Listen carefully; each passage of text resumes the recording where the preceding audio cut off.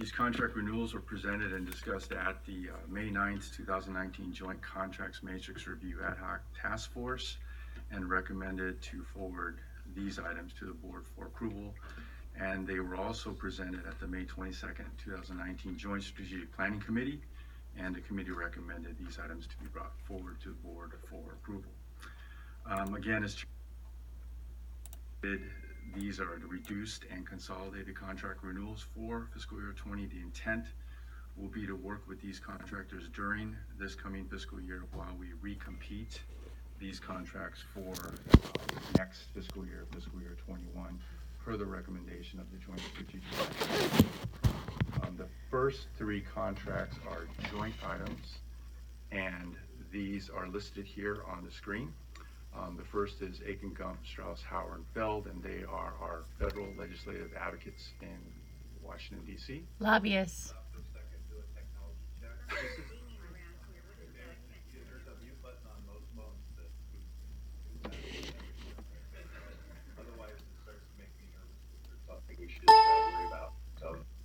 If we could, that'd be great. Thanks. That's what looks like the only millennial here who needs help.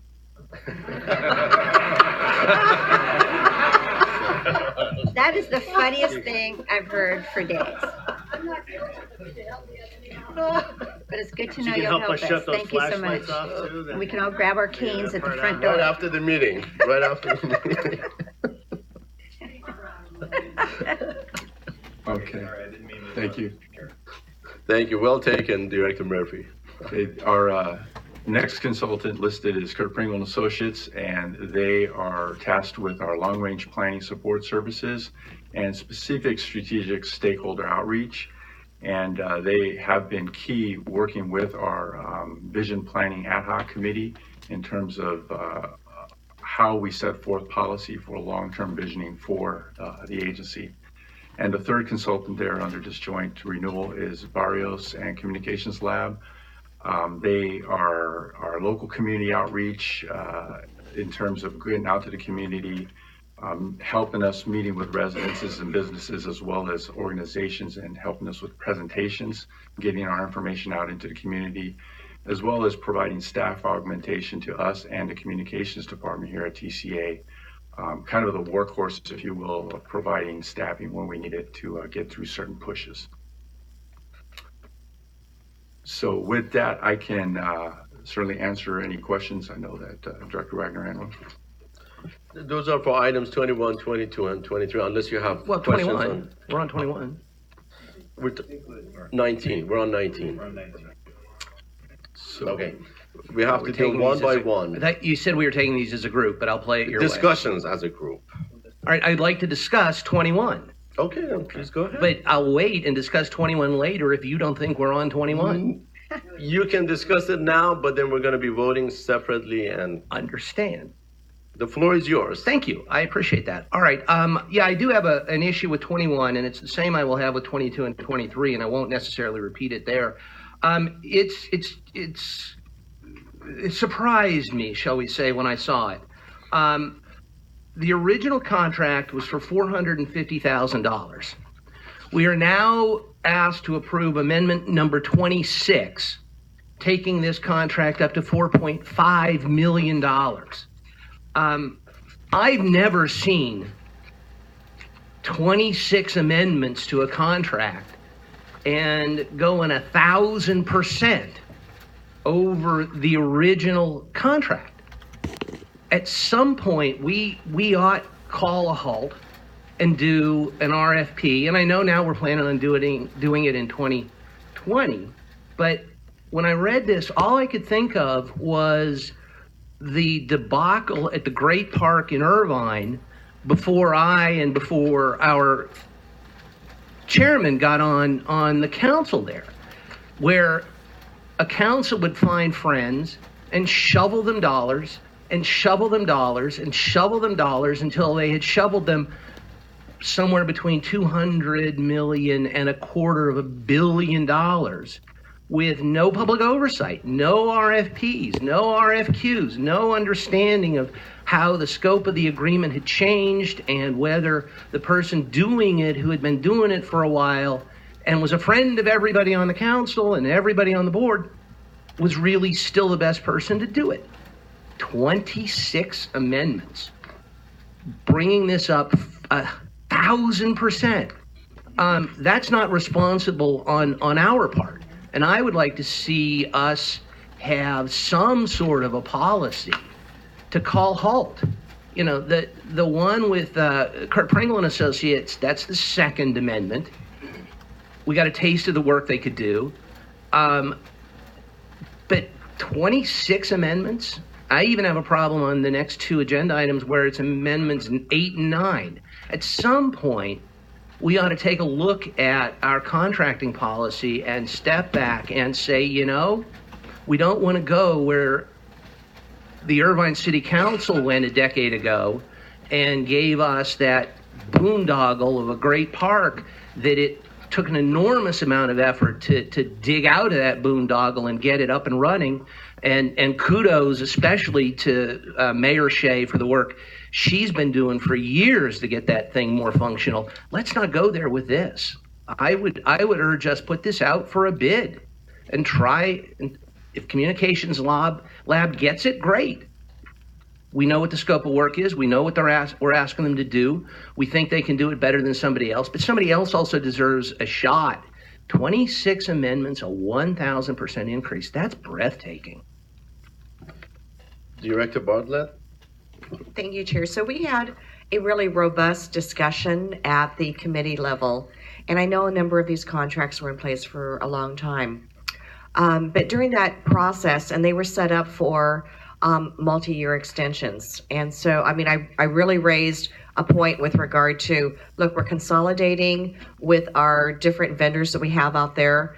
We need to have services provided for this next year. Let's go ahead and extend, but keep it to a year. And in the meantime, the scope on a number of these contracts is changing and will change beyond the next year.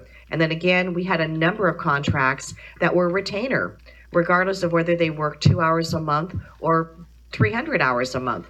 And I said, we've got to change those monthly retainers because we couldn't really track some of the retainers with scope of work that was performed.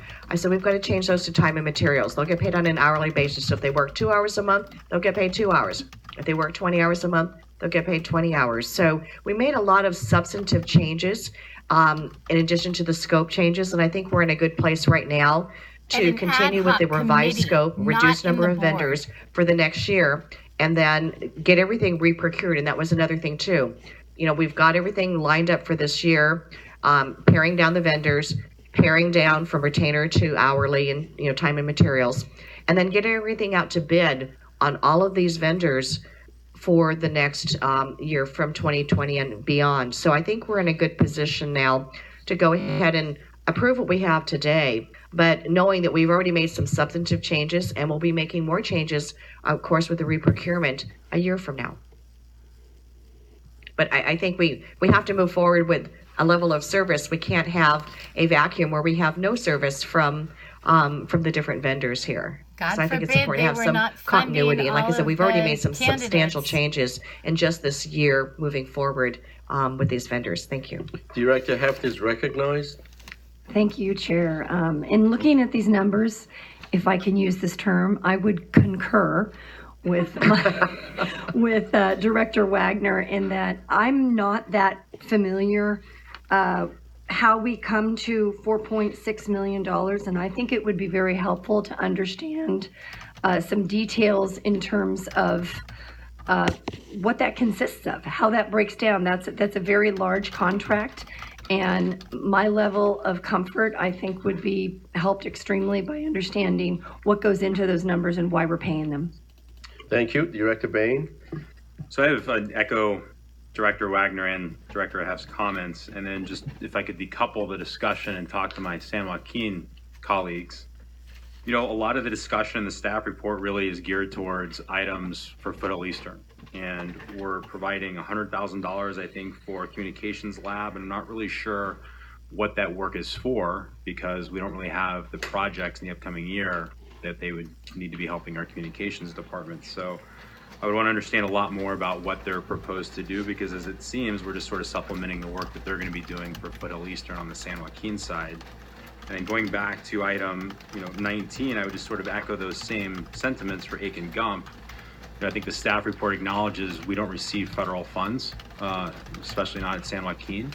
So other than NEPA, there's really no need to monitor what's happening federally unless you can identify some other issues. So I don't know if we can specify that we're just asking them to monitor NEPA issues and things like that as it relates to our projects. That would save us any money. But then on 20, with Pringle and Associates, again, in the staff report, San Joaquin's asked to put $80,000 in a contract. And as I look at the staff report, those efforts again seem geared more towards Foothill Eastern projects and not San Joaquin projects. So I have, again, concerns about supplementing that budget for Foothill Eastern on the San Joaquin side. I yield back. Thank you. Director Moore? I have a question. I think that you bring up some very interesting points, Director Wagner. And my question is, if we do what you're suggesting, then how does that affect as we go forward? Now, Director Wagner. All right, through the chair, and a great question. I'm looking at what we've got on the screen in front of us with respect to this particular contract, and it's Orange County elections and local initiatives and monitoring. Well, there isn't any election coming up until March, so that would probably give us time to do an RFP, put it out, vet the potential vendors, and come back with a recommendation. I appreciate the work of the committee on this, and as my great colleague Director Bartlett said, we are looking in 2020 to going back out. I'm just saying, why kick that can down the road? Why not do it now? I go back to the screen, local community outreach coordination, coffees. Okay, we can do coffees pretty quickly, pretty inexpensively, and with pretty much any party planner. I don't have any idea, and maybe I should know what KTT means, and meetings. Again, what sort of meetings? Director Heff is right, the contract isn't here. I go to the notes. In the agenda item, the second paragraph under notes, the FY20 scope will include work, provide a wide range of, that's not even English. There's a word or two missing. Here, where's the contract? Show me the scope of work. Proofread your summary reports if you want us to rely on these. So what happens if we don't approve this? I think we have the time. We certainly ought to take it to think this particular aspect of the project through, do an RFP. We've already sunk hundreds and more than $1 million into this, when more than $3 million into this, when what was originally bid was less than $500,000. At some point we got to call a halt. Director Marriott? Thank you. So a question and actually a couple of questions, comment. There have really been two explosions in costs. One was a few years ago, the explosion in consulting costs in general, and then this microburst here that takes it up roughly 1,000%, according to my colleague, and probably in that neighborhood, and it is a little bit breathtaking. So much of it is driven by the South County traffic relief effort. Now we do appreciate the subsidy, Board Member Dane. So I hope this question is germane enough to the topic. I'm curious that the route that has been included in the mix, which isn't particularly offensive to San Clemente or San Juan Capistrano, is that formally in this mix of consideration now? Can I get an update on that? Because I'm trying to put the scope of this expense. I'm trying to wrap my head around the dollars and the need and the current need. And I view that opportunity for compromise as the only legitimate route being proposed without the 5 inclusion. So I'm just curious where that stands, just as a level set for myself in evaluating some of this. So CEO Mike Raymond? Sure, I'll take that one. Yes, it's in the mix. It's being considered. The formal introduction will be part of the initiation of the PAED phase at the public scoping meeting, where that's going to be identified as a new alternative and additional information. So yeah, it's as far as we're concerned, we're fully engaged on that, and it is included in the effort that's, represented in discussions today. If I may, through the chair, is it bifurcated Yes. from the 5? Yes. Couple other questions on the, thank you. Couple other questions on the contracts up on the screen. They can come, so we spend roughly 300,000 or 400,000 to monitor federal legislation. Correct. And they also provide some guidance in terms of environmental streamlining. They are the folks that help us to provide language in legislation that gets proposed. And also they do help, this helps to answer some of Director Bain's questions. Agency-wide, they are helping us on other certain class action lawsuits that we have. They're assisting our NOSM team on that as well. So that's why we have some budget in the San Joaquin agency. Just for everybody's understanding on the communication, the community meetings, it's a full-time campaign. I mean, in San Juan Capistrano, they have a representative at Friday morning casual coffee chats, whether the TCA is on the agenda or not. And I think they do the same in other communities. It's a full-time campaign. I don't think it's legitimately spent.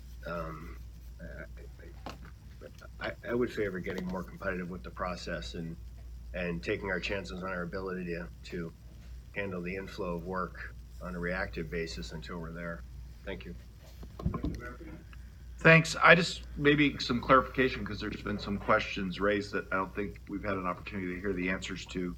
But just to make sure we're focused in monies wise, how much of the current NTE value has already been expended by the agency to communications lab?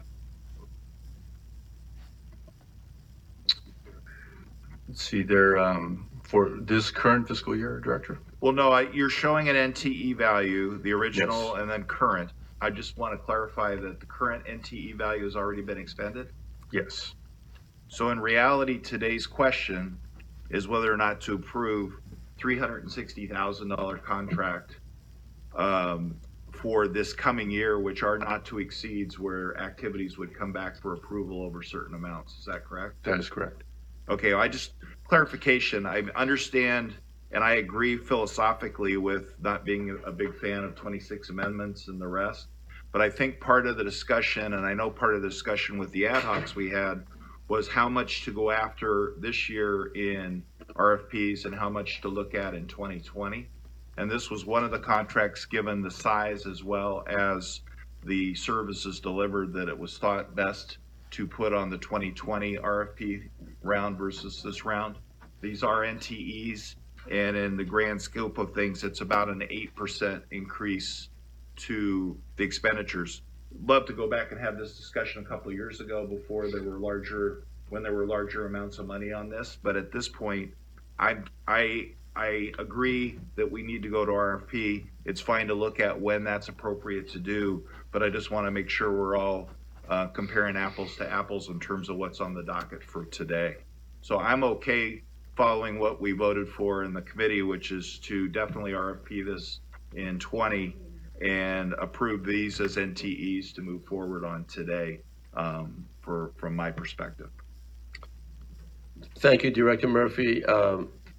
Mr. Chesney, I have a couple of questions for you. Could you clarify, I've heard 1.2 million that is before us to approve at this juncture versus I've heard $4 million. I need clarification on that first.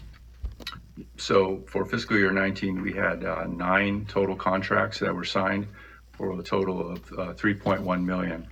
And through the committee's recommendations, we have consolidated and eliminated some of the contracts, now down to 5. These are the first 3. And the total of those 5 is 1.4 million. So it's 1.4 million. Correct. My second question is, could you decode KTTT? Yes. I apologize for that. Those are our kitchen table traffic talks, and those are part of the outreach efforts that Communications Lab. Can you decode that? So, and those are invitations to residences who hold these talks in their homes. We go in there and provide information on our initiatives, specifically for the South Project. And they invite other residences. It's usually with homeowner association officers and such. And, you know, they could be as formal as in the living room, or we just sit around the table and talk to them and show them what we're doing and some of the information that we like to get out there. I'd like to answer a couple questions, if I may, that Director Bain had. And one was for ComLabs, the San Joaquin allocation. And as I mentioned, staff augmentation, part of the contract for fiscal year 20 will be to provide staff augmentation to the communications group. And so that's why we allocated that budget to the San Joaquin agency, because they will be working on assignments through the communications group, whether they're press releases or whatnot, that'll cross over both agencies. And finally, the question that Director Bain had about Kirk Pringle Associates on the San Joaquin side. Again, that's a long-range planning that encompasses both agencies. Kirk Pringle Associates has been really key for us in working with our long-range, our vision planning committee, and helping to craft policy and to understand where we want to be, you know, long range, and that's looking at 20 years down the line. So those costs cross over to both agencies. Director Bain is recognized. Thank you. And just a follow up, you said that the Aiken Gump contract, and I'm looking at it, contract number K000655, that was for legal services or for, because it was in the staff report couched as legislative advocacy services. So is that an engagement agreement for legal services or advocacy services or both? It encompasses everything. And so our legal counsel is an Osman, but they do provide assistance at times on certain class action lawsuits. Okay, and those class actions are the ones that pertain to San Joaquin? Both agencies. Okay. Was there an allocation that was done between the agencies in that regard, or how did we come up with that number? It pretty much historically what we've been running into over the last few years in terms of how they've been allocated. Predominantly, it's on the foothill side because of the information that we're getting out there on the projects. Director Janine Heft is recognized. Thank you, Chairman Nagar. To piggyback on what Director Murphy said earlier, so I'm clear and all of us are clear here, in looking at these contracts, a certain amount of money, a large amount of money has already been spent, has already been allocated, has already been designated within the existing contracts. If we were to make a decision today, to go ahead and either individually or all together approve these contracts, that would just be for the amounts going forward. If we were to make a decision today to not approve them and reject one or all, would that possibly, and maybe I'd be speaking to you, Mr. Chesney, constitute a major train wreck because we're kind of changing horses in midstream and maybe not the best timing to do something like that, but wait for when we would go out for an RFP? So the reason why we wanted to renew these for fiscal year 22 is going through a re-procurement process takes time. We would have to probably have anywhere from 3 to 5 months to have a procurement going through the proposal and interview process. And so that's why we're doing this. If we were to not approve some of these contracts, I'd have to regroup and I'd have to understand what the impacts would be. Certainly some of the staff augmentation efforts, if those weren't renewed, would impact us. I guess to follow up, what, on a scale of 1 to 10, what kind of level impact are we talking about? Because it seems like the horse is already out of the barn by virtue of what's already been voted on and what is already in place right now. Yeah. In other words, I don't know if this is just the right time. I understand the points that are being made, but now I'm just thinking it's kind of too late. It would be difficult for us. I'll say a 9, Director, and based on the discussions we had through the various committees, it felt like the right way to go in terms of, okay, let's get through this fiscal year, but do a complete re-procurement of all our contracts and setting up on-call benches with all of them. With these contracts in place, if we would vote not to extend the additional money, you know, looking at my colleague Don Wagner's earlier comments about 26 amendments, what would that do in terms of fiscal impact, just overall impact to where we are now, if we were just to say, nope, you've had enough, and this is where we're staying with the current contract and the amounts that have been agreed upon previously. That specific contract is key for us, I'll say, because they are our community outreach consultant, and more importantly, the staff augmentation that I've mentioned. They've been lockstep with us in terms of what we do, strong historical and continuity with the staff. They have a very good understanding of what we do and the messaging and the information that we're trying to get out there and countering some of the misinformation that's out there. And so they help us a lot, especially with the presentations and outreach to the business and community out in the region. Thank you. Director Crane? Thank you very much, Mr. Chair. I wasn't on that committee, as you can tell, because my name wasn't mentioned, but it sounded like over a third of the members of this board, these two boards, were on that committee. And it sounded like they did a lot of questioning, and they came up with the solution that we should support these. I would like to know who the 9 consultants were and who the extra 2 are. That would have been nice to have this here. But forget the 9, we don't have time, but could you tell us who the other 2, because we have 3, and you said there are 5 that are moving forward. Right. So we're moving forward with a total of 5. Right. We are not renewing the Venture Strategic contract. We are not renewing the Packard Government Affairs contract. Okay, just tell me who you are renewing. We are the 2 renewing, extra. Sorry. So the other 2 would be Richard Katz and Latimer Partners, which is Tom Soto. Okay, and that's fine. And it seems to me that there is quite a savings in the amount that we're spending this year. And I agree, it's to change horses in the middle of the stream seems to be counterproductive. So these people in this committee worked long hours, it sounds like, and they came to a sensible conclusion, not a retainer, time and material, and then going out next year for an RFP, because you can't just cut the horse in the middle of the stream, as it was mentioned, and expect things to just flow through. And I've worked with all of these companies. I've been here in this board for a long time, so I know Aiken Gump. They do a great job. I've known Kurt Pringle and Area of Areas for a number of years. And apparently the committee said they're doing a great job. We're getting rid of 4. We're scaling it down to 5. We're saving the agency a lot of money, even though there were 26 amendments. It seemed I will be supporting this because I think the people who spoke at that committee did a great job. They said, well, I'm not going to repeat what I just said, but I think that they're doing a great job. And I hope that the rest of the members of this board support this. Thank you. Director Beal? Thank you, Mr. Chairman. I share Director Wagner's concern when you look at a situation where you have a contract with 20 plus amendments.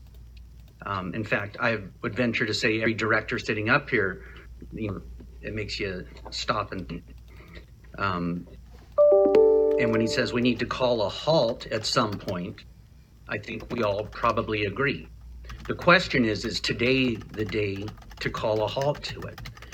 And as we've already heard from our staff's recommendation and the committee's recommendation after having studied all of this really carefully, the answer to that is no, we shouldn't do it today. We're going to do it next year when these are put out to bid.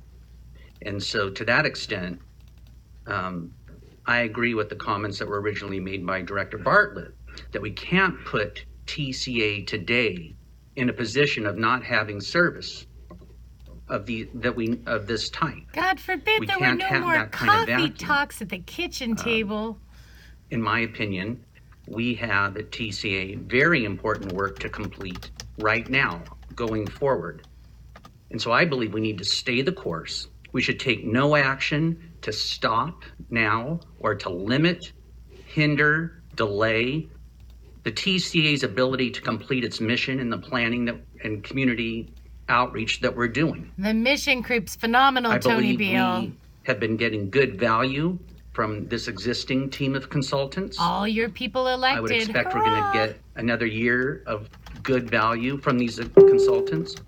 If we were to put it out to bid right now, I don't think we have any reason to believe that we're going to, from those bids, receive substantial cost savings for the same scope of work that we're seeking to do right now. How would you know after 26 amendments? And so for that reason, I would urge everyone to support the staff and committee recommendation.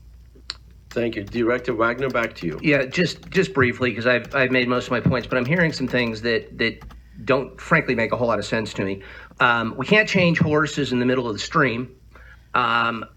That assumes that next year when we get these RFPs out, we will have crossed that stream. If y'all think we're going to get this project approved by San Clemente in the next couple of months and we'll be through that stream next year, you're all smoking the good stuff. We aren't. We're going to have the exact same argument this time next year. Gosh, it's so important. And with us so long, we need to do Amendment 27 or something like that. Look, at some point, you have to say stop. Director Beal is right. What's the point? Well, look, when Irvine dumped $250 million into the Great Park, they didn't do it in one contract, in one fell swoop. They did it by bleeding the taxpayers time and time and time again with somebody who says, well, you know, it's not really 250 million, it's only $1 million. Well, you do that enough times with enough contractors and suddenly you're up to 250 million. No, we're not approving a $4.5 million contract here. We are just bringing the total up to $4.5 million after bidding a narrow scope of a project that was a tenth of that amount. When do we stop? Now is never a good time to stop. I frankly, it boggles the mind that staff could say to us, the wheels fall off this organization, that if we don't approve Barrios, and it's Ariana, not Aria, Barrios, your good friend, Director Kring, if we stop now, the wheels fall off and it's a 9 out of a 10 on the Richter scale. If we stop on this one contract, which is the only one I'm complaining about, 26 amendments, and even if it does take 4 to 5 months, as we're told, we still have 4 to 5 months before the March election and any initiatives, and I don't think there are any out there right now, but they may come along. We still have 4 to 5 months to do coffees and meet at kitchen tables for homeowners association folks.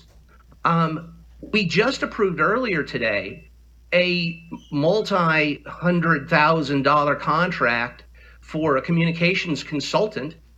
Seems to me that's sort of redundant with what we're trying to do here with the Barrios Communications Lab.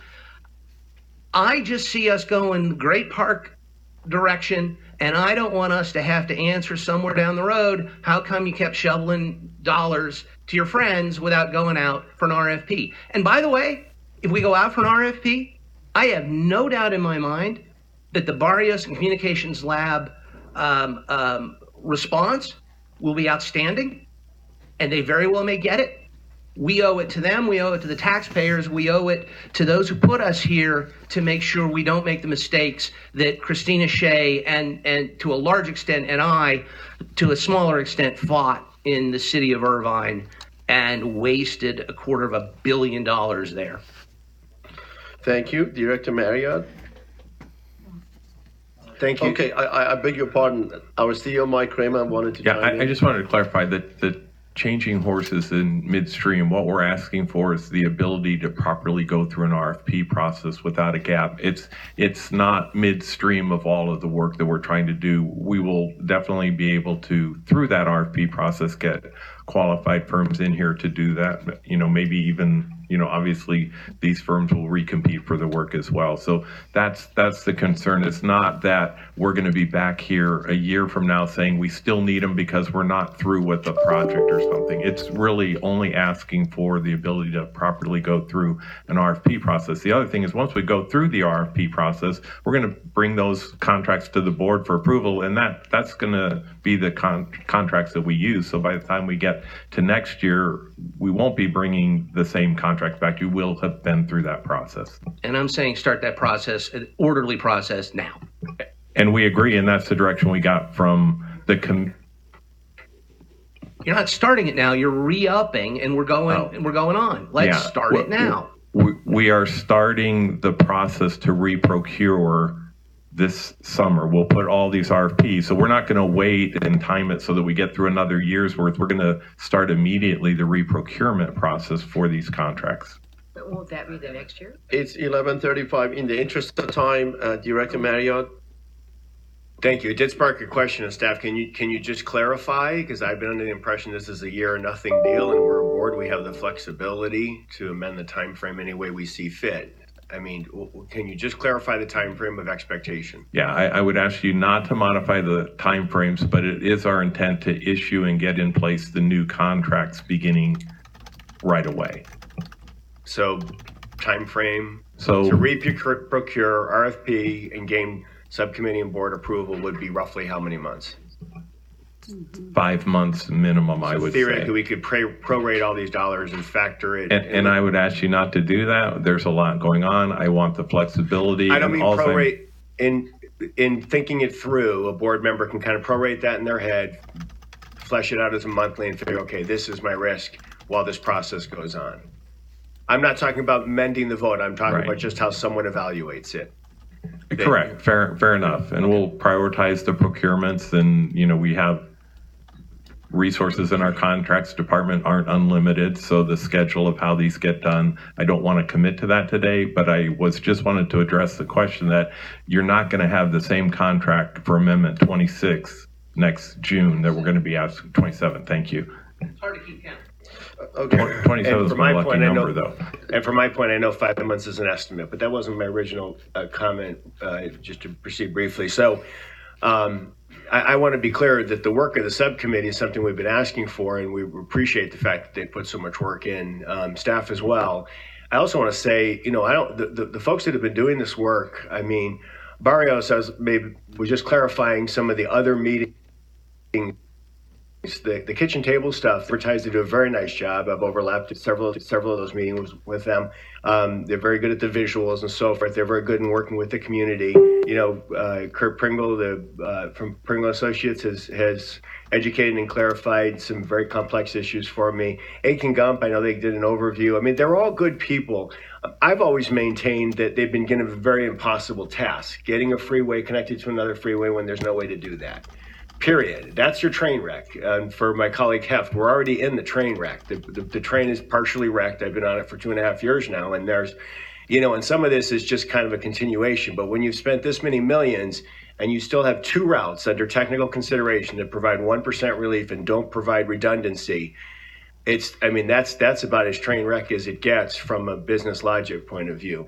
So I submit that we have been asking these folks, who are probably good folks and top notch, to do something impossible. And usually it's either the task or the talent when we don't seem to be getting to fruition.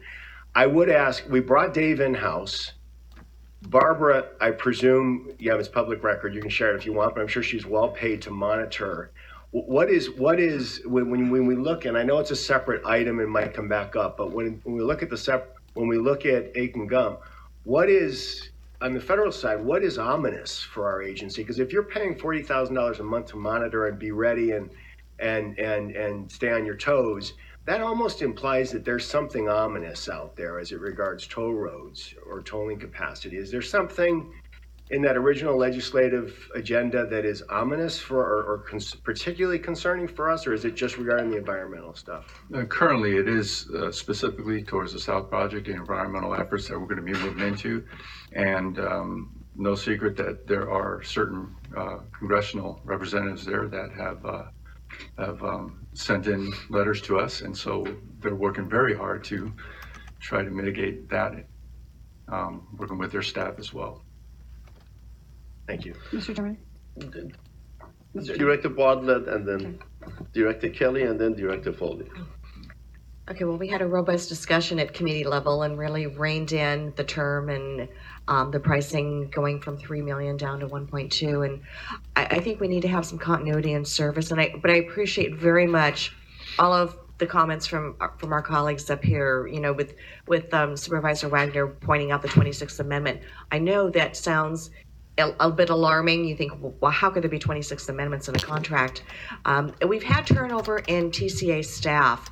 And as we've had turnover, rather than increase government, we've decided to look at it from a proactive approach to how do we get the services that we need. Sometimes they're not full-time. We can change things from a staffing perspective. And that's why we utilize the Barrios and Communications Lab for staff augmentation rather than hiring more employees and putting them on our payroll with pensions, et cetera. So it was kind of a prudent approach to take from a staffing perspective. But I think by reining in the number of contractors and vendors and lobbyists down to the 5 we have with the 1-year term, I think that gives us the opportunity now to figure out what scope do we want on a moving forward basis, get those RFPs out there on the street right away, get that process started so that a year from now, we may have 3 contracts, we may have 4 contracts, we don't know. But at least we're going to be able to match up what we need for the long term with the pricing that we have in place. And with the time and materials, these are all up to dollar amounts. So even though we've got the 5 firms, with the exception of Aiken Gump, which is a retainer, the others are time and materials, so they're hourly rates. And so the amounts that we have in those contracts for the year, if they do 2 hours a month, they charge us for 2 hours. If they put in 10 hours, we get charged for 10 hours. So it's not as though we're going to get charged the full amount that's represented in each of those contracts. And that was a huge paradigm shift for the agency. And the committee was really firm on that. Look, we need to go out to RFP. We're going to give a 1-year timeline. We're going to go from retainers on all these contracts to an hourly with time and materials. And we're going to figure out the scope of what we need for the long term and for the future. So I think we're in a good position now. Scope. Millions of dollars later. We've got great terms, and I think the up to on the pricing makes sense. So let's just continue through this process and be very engaged as directors on a moving forward basis to make sure we've got the right firms, the right people, the right things in place, scope of work, and dollar amounts moving forward for the future. But we don't have any gap in service. Because I'm particularly with the communications lab contract, if we have a gap in service, I don't want to be in a position with the agency now where we have to go out and hire folks and put them on our payroll with pensions, et cetera. That's why the staff augmentation really does make sense. It's a much more cost-effective way to go, and we pay for the time that we utilize with all of the vendors, essentially. Thank you. Director Trish Kelly. Yes, thank you. And I do agree with Director Bartlett and the comments. And I think one thing that's important for us to know is one reason we have these committees is so that they can really comb through and vet these issues. And I can see that the committee did a lot of work on this and really came to us with a product that I can fully support. I think that bringing down from 9 contracts to 5 and from 3.1 million to 1.4 million, I think this is significant. I think it's significant that we now have time and materials as opposed to retainer, with the exception of the Aiken Gump. But I think one thing that's really key for us to keep in mind too, and many of us do this in our cities, is that by contracting out and by hiring consultants, we can save a great deal on staffing. And I don't think we have a dollar amount on what that savings is, but we can be sure that it's a lot more. The savings would be a lot, is greater than what the costs would be in staffing up to what would be needed to provide all these services. And then the RFP process does take time. These procurement processes do take time, and I'm very comfortable in going out to bid again, but also in that timeline of 2020. I think that a lot of thought was put into that as well. And we really do need to have the continuity going forward. We don't want to have a gap. We have history right now as well as continuity. I've worked with several of these consultants as well, and I'm confident in the work they do. And so I do support the staff recommendations here, and as soon as we're ready to vote, I'm ready to vote. Director Foley? Thank you. And I too appreciate all the good work of the committee. I think that it's clear there's been a lot of diving into the issues. So I wanted to get back to Director Bain's questions because we got sort of sidetracked onto this issue and we haven't really answered Director Bain's questions with regard to why the allocation to the San Joaquin Hills corridor of some of these contracts when they don't have projects there. I didn't hear an answer to that unless I missed it. Director Foley, I can answer that. For Communications Lab, the allocation of $100,000 for the San Joaquin Hills corridor, that's predominantly the staff augmentation and to help with our communications department as well at the agency on all agency-wide efforts, and that will cross into the San Joaquin agency. Okay. For Kurt Pringle and Associates, it's $80,000 allocated to San Joaquin, and that's for the long-range planning, working with our vision planning ad hoc that we have, and that's consistent from what we've done last year in terms of agency-wide initiatives and policy that we're setting. And then for Aiken, the $90,000 was allocated to the San Joaquin corridor, and that's for agency-wide issues that we're dealing with on legislative side, as well as some of the class action support that we're getting from them that covers both agencies, including San Joaquin. Okay, thank you. I had one other question and a follow-up.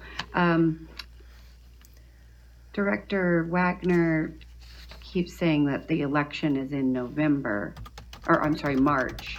But my understanding is there is at least 2 elections in November here in Orange County. Am I incorrect? That's right? So I don't know if this year. Yeah, because there's some special elections this year in November. Anything we do. I don't know if they do or not, but I think you're out of order.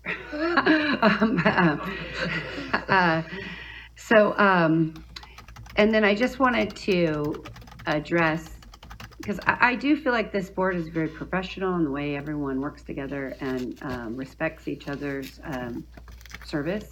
And I am concerned about comments that say, friends, and I don't know I'm not friends with any of these vendors. Our city hasn't ever even hired any of these vendors. So I am concerned about that kind of accusation. And so I think that I would hope that we would all be more respectful. Thank you. Director Janine Heft. Yes, thank you, Chair. In the privilege that we get as directors to read through these tomes, to prepare for our meetings every month, in case I missed it or unless I missed it, I think it would be very helpful to maybe have an overview when we're discussing something as important as, extending and voting on very large contracts, that affect the integrity and, just overall health of our organization, to have maybe some sort of like an overview report that the committees discussed, so we can have kind of like an idea of how things went, so we know what to understand, so we don't have all this discussion trying to understand what went on. Thank you. Chairwoman Christina Shea. Yes, thank you. I think that's a good point. I think what we may do, we used to do this before, is we would have the chairs of the committees give reports, but maybe we could, after committees, we could get make sure we have our minutes and we could put them in everyone's packets, so there is that communication. I think that's a very good way to do it. I think it would save time. I totally understand the concern of our Director Wagner. We went through just hell at the city for a lot of waste and time. City of Irvine. Yes, City of Irvine, over the years with certain folks that were running that organization. But I even had to sue the city, and I won in appellate court, but because of some of the shenanigans that was going on. But I would say that I can't quite equate that to what we're doing here. I would say that becoming the new chair and working with Chair Fred Minigar, we really talked about the issue of this very aggressive communication program we've had in the past. It's been very expensive. It became, I believe, very contentious. Happy birthday, Dad. We participated in a lot of back and forth bickering and so on, and not that we were bickering, but trying to defend something that probably was best to keep quiet. To some degree. I think there was a point that we needed to defend the agency, but we have been of the mind, as we've taken over leadership, that we want to move into the CEQA process. We want to be running this agency like a transportation agency and not be so going forward with so much communication and aggressiveness. And we feel that some of these contracts that were in place needed to be taken out.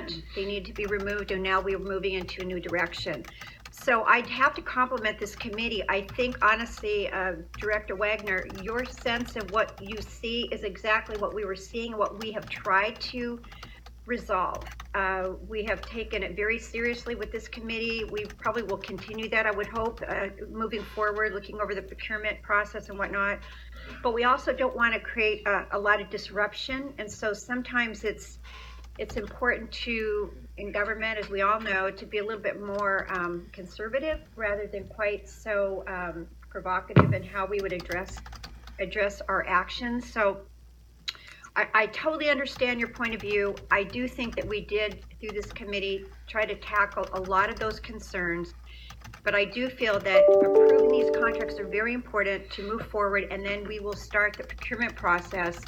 And I think that's a very thoughtful, reasonable way to be looking at it. And today, these contracts are only 1.2. We're saving 1.4. We're saving almost $1.5 million by the efforts we put forth in our committee. And I just think that has been a good process, and I would like us to support this today.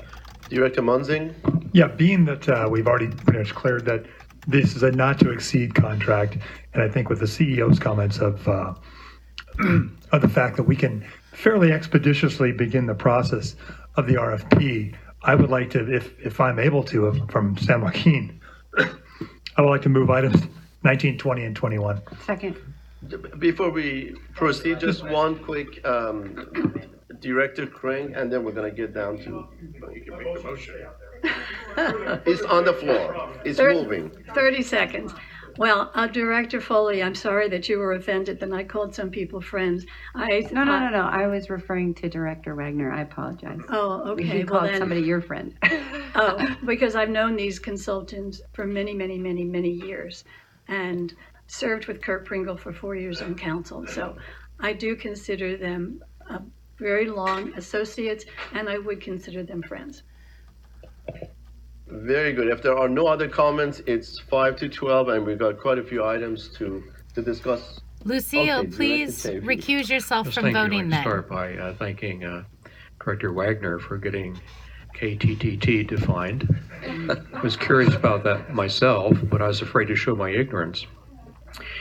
So, if I may use the word of the day, I think staff is going to work concurrently to get an RFP out here. And to me, the key with an RFP is not the duration or anything like that, but the scoping.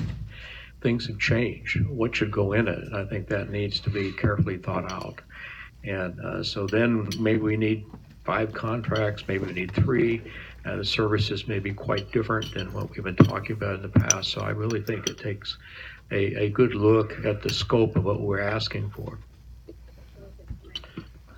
Thank you. Now, Director Munzing, your motion is on the floor for San Joaquin Hills only.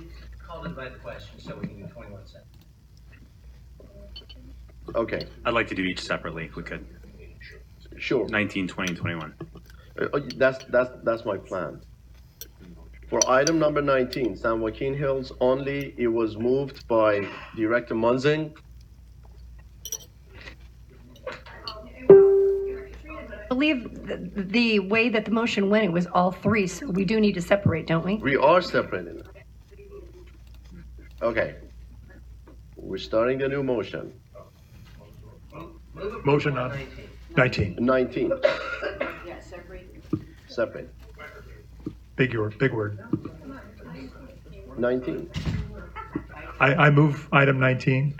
Any second? It was seconded by Director Wagner. All in favor from San Joaquin, say aye. Aye. It was moved unanimously. Am I right? Register no, please. No for Director Marriott and no Director Moore. All right. I'd like to move item 20. Okay. Second. No. Hold on. 19 for Foothill Eastern So moved. only. Okay, it was moved by Director Wagner. Second that. Seconded by Director Scott Boyce. All in favor from Foothill Eastern, say aye. Aye. Anyone Register no, please. registering no? Director Marriott, no? I'd like to move item 20 for San Joaquin. Okay. It was moved for San Joaquin, item number 20, moved by Director Munzing, seconded by Director Wagner. All in favor, say aye. Aye. I'll move 20 for Anyone opposing item 20? Director Bain, No, please. Director Moore, and Director Marriott. We got them, Madam Clerk? Okay. Now, item 20, Foothill Eastern only. It was moved by Director Murphy, seconded by Director Crane. All in favor, say aye. Aye. Anyone opposing? No. No by Director Marriott. Yes. No. Correct. Very good. Yes, no. Submissive, dominant. All right. I'd like to move item 21 for San Joaquin. Okay, it was moved and approved. Now, we're getting to item 21, San Joaquin Hills only. It was moved by Director Munzing, seconded by Director Trish Kelly. All in favor from San Joaquin, say aye. Aye. Anyone opposing? Director Wagner, Director Moore, No. and Director Marriott. Oh, and Director Bain. And Director Bain, I beg your pardon. So 4 noes. Now, for item 21, Foothill Eastern only, do I have a motion? Second. It was moved by Director Crane, seconded by Director Bartlett. All in favor from Foothill Eastern only, say aye. Aye. Anyone opposing item 21 from Foothill Eastern? Director Wagner and Director Marriott. Very good. Moving on to item number 22. All right. Now, these 2 items, 22 and 23, will be discussed together by Foothill Eastern only. At this juncture, members of San Joaquin Hills Transportation Corridor Agency are excused. If they desire to leave the chamber, they can leave, and only Foothill Eastern members.